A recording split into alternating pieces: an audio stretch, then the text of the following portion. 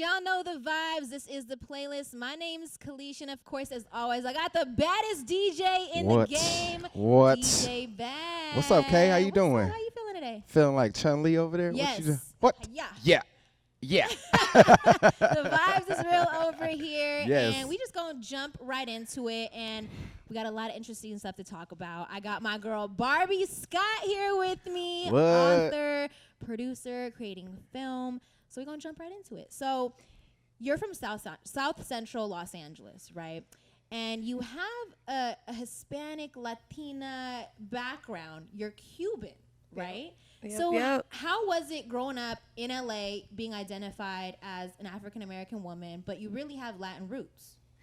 It was crazy because nobody knew that I was Cuban. So everybody thought that I was just that little black girl until I started talking Spanish. Then everybody's like, oh, habla español. Right. So that's how it, like, all my whole life, that's how it happened. It was crazy, though, because when I was younger, my grandmother, we had to wear the green, red, and white. Like, we had to celebrate Cinco de Mayo. We turned up in the backyard with asada and a Budweiser. Okay. So it was dope. Oh my it was gosh. dope. So- Nobody really knew. So when people, like, I'm sure you would have, like, you know, Hispanics speaking Spanish around you. Was there ever a time where they were saying something bad? Oh, that you really a lot. I'm talking about laundromats, market. What? That happened. Still. Really? To this day. Like, of no, course. of course, nobody knows still. Like, I really don't talk it as much until I need to. Like, even at my job, like, when I do work, I don't talk it. I don't talk it at all. I'll go get the You don't turn Hispanic around chick like, from in the "Excuse back. me? What'd you I'll say?" get the Hispanic chick from in the back. Like, we need a Spanish speaker in the front. But I'm fluent in it. It was my first language before English, so. Wow. So, I mean, we all know that, you know, South Central is associated with gang violence, you know, all of that. It's no secret. How did you separate yourself from the gang, the violence, all of that, to really writing 47 books and publish 27 of them? How did you break away? Because I know it's tough. You know what? It was just like traumatic stuff happened in my life, like my mom going to the feds and just stuff that started happening in my life. Just I had to rewrite my life, you know.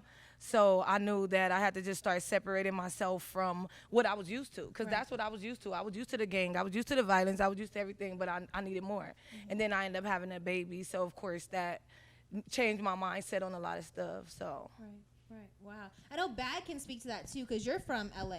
Yes, as well. Inglewood. It's a lot going on. Inglewood. It's a lot growing up there. You got gangs, you got classism, racism, Right. a lot of things that divide us. Yeah. So Yeah. yes, it's not easy. This is a really deep question. I really want to ask it. How do men in South Central LA and in the hood view women coming up, growing up, and then seeing them succeed and becoming this like really big figure in this industry? Ooh, that's heavy. Yeah. That's heavy. Well, first, I mean, you have to look at the women that we grew up with. So it depends on that. So it's a lot. If your mom is like wasn't around or was under drugs, then you kind of grow up. That's how you kind of look at women, like they're kind of like whatever. Right. But if you're around strong women, that will change your mind. And then if you grow up, let's say you grow up in a state where your mom wasn't around, but then you meet women or you have family that is not the same, then you have a different outlook. So it all depends on what you grew up around and who you meet. Yeah. So speaking of that, Barbie, did you and if you don't want to answer, this is fine. Did you have a mother figure to look up to, a strong woman? Because I know you started writing at the age of 12. Yeah. So I want to talk about that a little bit. Tell me about your mom and growing up. I was raised with my grandmother, but I did have my mom in my life. You know, she was in the streets, she was selling drugs, she was doing, you know. Yeah. And so she wasn't really around because of the selling drugs. First, like in the beginning of my life, of course, she abused drugs. Most parents in South Central abuse drugs first. Once I hit, I want to say maybe like 7, 8, she started selling drugs. Wow. And she was a very big figure in my life. That's actually my superwoman, you know what I'm saying? And despite the things that I saw her do as far as the drug selling, the cooking, because I watched it all. I watched the cooking, the drugs, and despite all that, she raised me right. You know what I'm saying? She raised me right. And to this day, like, that's still my superwoman. Wow. She always, like, like raised me to be a lady.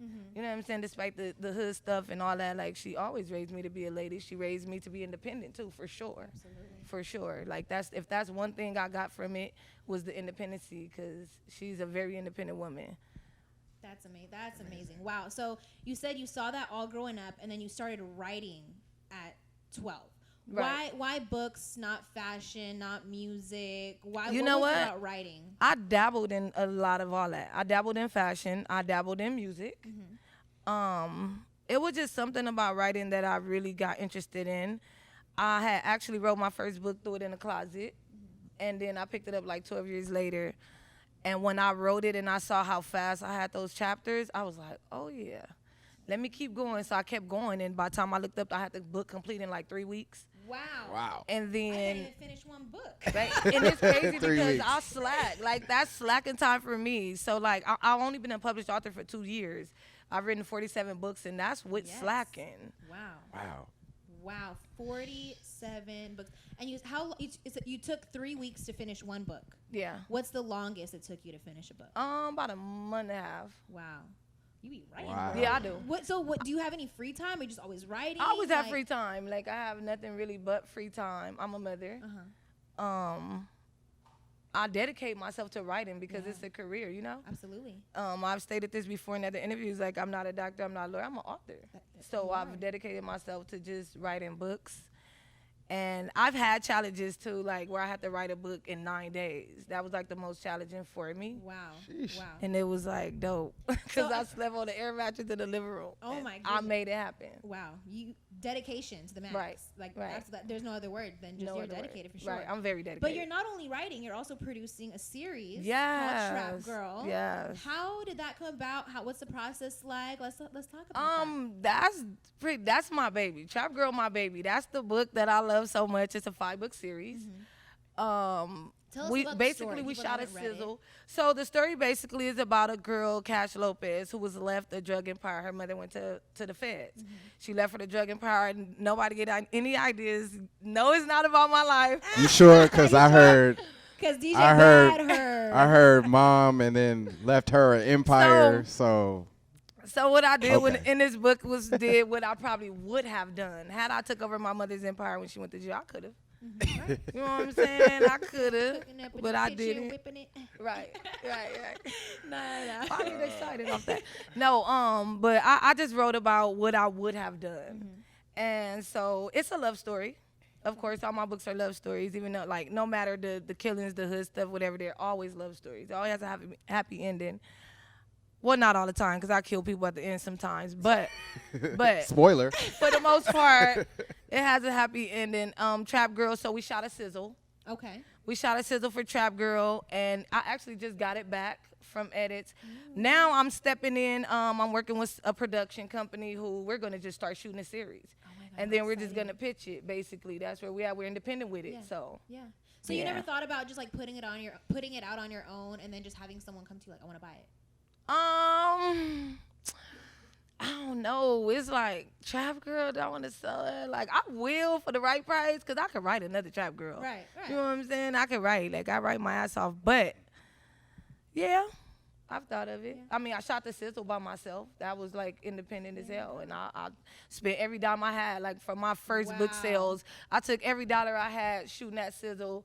I didn't care if I went broke. Like, I did what I had to Good do for you. to invest in myself. You know what I'm Absolutely. saying? So, Absolutely. yeah, I have did stuff independent with it. Okay. So other than Trap Girl, what is another book series or book that you wrote that was really hard for you to write, that had a lot of truth to it? Barbie and Clyde. Barbie and Clyde. That's Ooh, Barbie show and us. Clyde. You can have that too. I Ooh. bought that for you. Yes. Can we? I'm gonna show the camera. So that's it right there. Barbie Nice. and Clyde. And that is a 3-book series. So tell me why Barbie and Clyde. Why was that so tough for you? That was, Lord, you just have to ask. Wait, this is question. the Barbie you in the book? No. Oh, okay. Yeah. Who is Barbie? Yeah, that's a great Because she question. said, "What's the most deepest personal No. connection?" And then you say Barbie and Clyde. Okay, Okay. Yeah. so Oh. Yeah. Go ahead, girl. it's Barbie and Clyde is a love story, and they like really just doing a lot of like robbing and shit together. It's Barbie and Clyde. Like Yeah. when you think of the movie, you'll of course, you know, but it does have it is based on a true story. It says that on the cover. Really, it's just about a love story that was just so perfect. It went so wrong.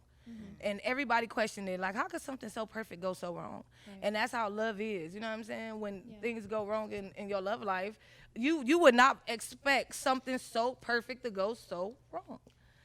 And it could be toxic. And it was great. Their relationship was great, like, for the first few years. And, like, out of nowhere, it just went toxic. Wow. But there is a part 2 and there is a part 3 where they end up reconnecting.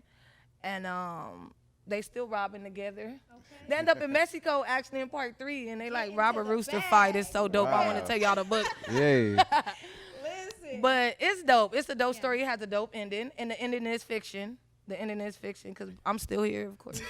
That's right. Spoiler alert. So Another one. so this sounds super interesting. So I'm gonna definitely read Yeah, this. read that. Where can they buy the book? All my books are sold at authorbarbiescott.com. If you want a paperback copy, I sign them before I send them. Better sign mine. I will. Amazon.com, of course. I have 27 books published on Amazon, so you could get the Barbie and Clyde part 1, 2, and 3, Trap Girl part 1, 2, 3, 4, and 5, and all the other books that I have are on Amazon. Okay. So it seems like you're doing it all. You're selling your books already. You've published 27 books. You're producing. You're shooting sizzles. What? I mean, what's next? Like, you're doing it all already. What is it? You have a kid. Like, I mean, there's really not too much and nothing I want to do after film. Like, once I get on that TV screen, I've reached my goal. Like, have you ever thought about opening up your own bookstore? yeah. I mean, that's like something I could do now, you know? Yeah. I'm kind of like thinking a little ahead, like a little bigger, like Yeah. Tyler Perry Studio or something. Okay. you Hey, know? okay. Yay. So I mean, wow, you are a really accomplished author. Like, Very. this is impressive, super impressive. I mean, tell the people where they can find you on social media. We know where we can buy the books. Where's Author it Barbie at? Scott. Everything is Author Barbie Scott. Author Barbie Scott Instagram, Author Barbie Scott Facebook. I also go by the name of Author Barbie More, which was my music name, Barbie More. So my Facebook, it does say Author Barbie More Scott. Okay. But everything is Author Barbie Scott. Okay. Awesome. Y'all read these books too. They dope as hell. I write some Yes, dope ass please do. books. And one more time. No lie, I write some dope books. Got this book right here. Awesome. Barbie and Clyde. This and the cover is just like, sheesh. Yeah. Dark. Yeah. Like sexy though. All right, y'all. There you have it. This is the playlist, Power 106. We have some really dope guests on the way. We're gonna keep it a secret though, because I want you to stay tuned. Keep it locked right here. It's Power 106, the playlist. Yep.